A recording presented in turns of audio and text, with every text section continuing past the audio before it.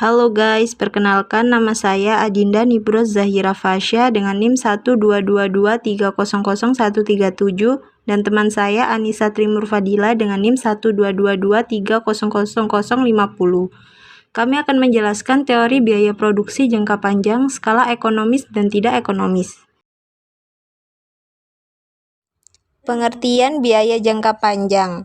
Biaya jangka panjang adalah faktor biaya yang menunjukkan semua faktor produksi dapat mengalami perubahan.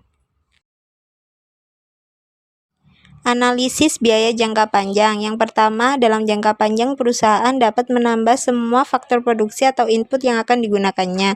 Yang kedua, biaya produksi tidak perlu lagi dibedakan antara biaya tetap dan biaya berubah. Yang ketiga, di dalam jangka panjang tidak ada biaya tetap. Semua jenis biaya yang dikeluarkan merupakan biaya berubah. Yang terakhir, akibatnya dalam jangka panjang terdapat banyak kurva jangka pendek yang dapat dilukiskan.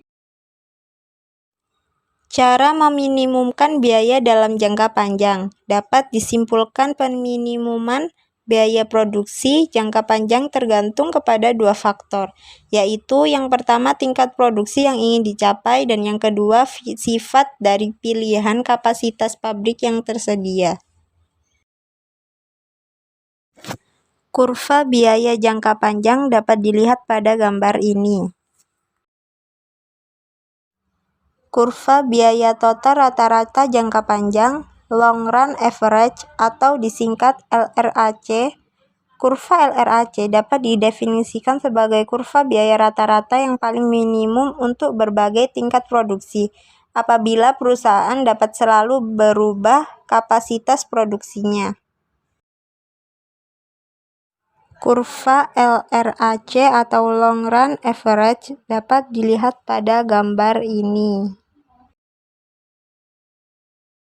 Cara membentuk kurva LRAC. Kurva LRAC dibentuk dengan menghubungkan berbagai titik pada kurva biaya rata-rata jangka pendek terendah. Pada berbagai macam tingkat produksi, titik bersinggungan tersebut merupakan biaya produksi yang paling optimum atau minimum untuk berbagai tingkat produksi yang akan dicapai pengusaha dalam jangka panjang.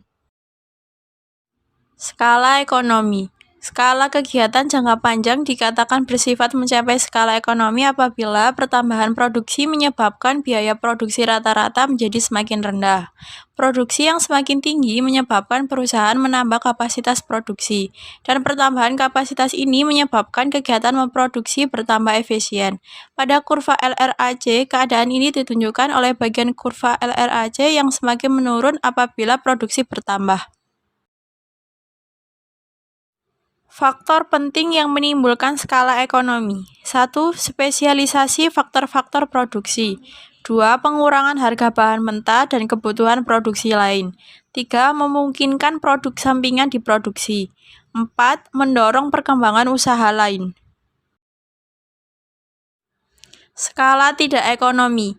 Kegiatan memproduksi suatu perusahaan dikatakan mencapai skala tidak ekonomi apabila pertambahan produksi menyebabkan biaya produksi rata-rata menjadi semakin tinggi. Penyebab skala tidak ekonomis adalah 1. Kesukaran pengendalian dan pengawasan. 2. Pembuatan keputusan yang lamban sehubungan dengan kelebihan ukuran administrasi. 3. Kekurangan motivasi karyawan. 4. Perubahan dalam permintaan memiliki dampak yang berbeda jika terjadi pada jangka waktu yang berbeda pula.